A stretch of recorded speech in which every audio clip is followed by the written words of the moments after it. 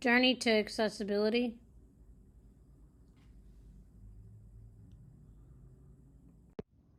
The story begins with me facing the prospect of losing my essential benefits and services. I was informed by the state government that there were plans of budget cuts which would impact my services. At first, my head was spinning with dread about having to possibly find a new company to work with.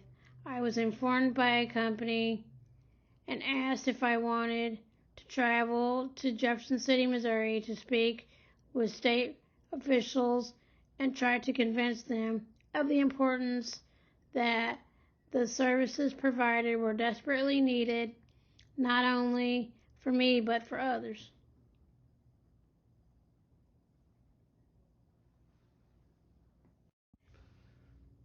Safety on a tightrope. I was worried that I would be unable to find assistance for me throughout my day, which I need. I felt as though I was being targeted.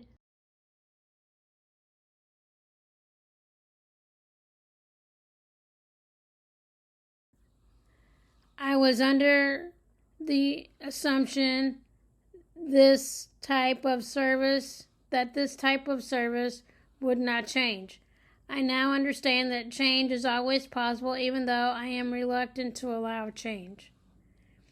The state informed me that changes were coming and my services were going to be affected, possibly in the short term and long term. But I was able to keep my services even though other changes had to occur. I was given the opportunity to travel to Jefferson City, Missouri to speak to senators and other government officials. I listened to what each one said and then offered my opinions and why it's important to keep funding these services. I did encounter a government official that refused to speak or even acknowledge my opinion or existence, which was frustrating. Liberating for new change.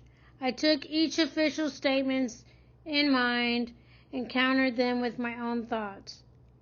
I realized that the best way to receive recognition was to peacefully lobby against this movement. That's good. Politicians have power that can make waves like magic. I personally spoke to numerous government officials ranging from county officials to senators. I knew that by speaking my mind, I could make a difference and maybe change the mindset of these politicians.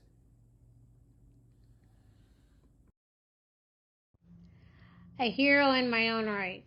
I took a stand against people that had way more influence over the government than I did.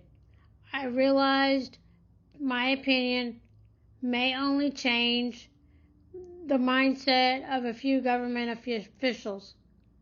I admit it was a risky gamble, but I hoped by appealing to their humanity that they would realize how important this is not only to me, but to many others in years to come.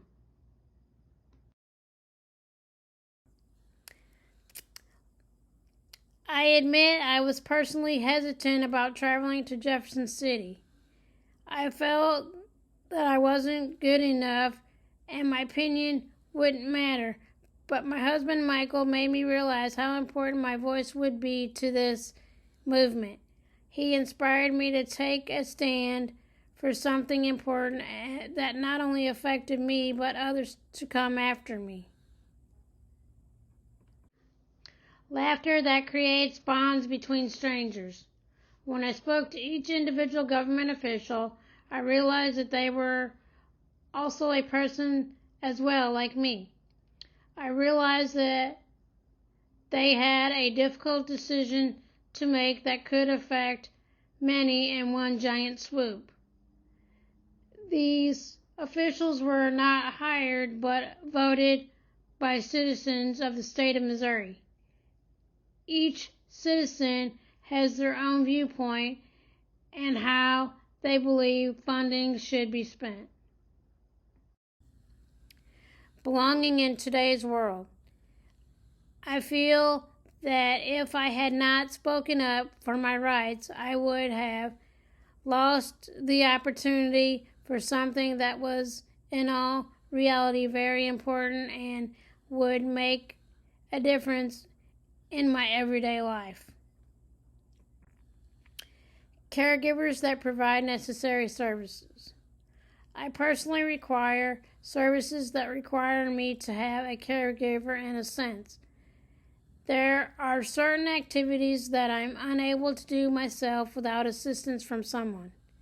If the budget cuts had occurred, then I would have been unable to do the things that I currently do.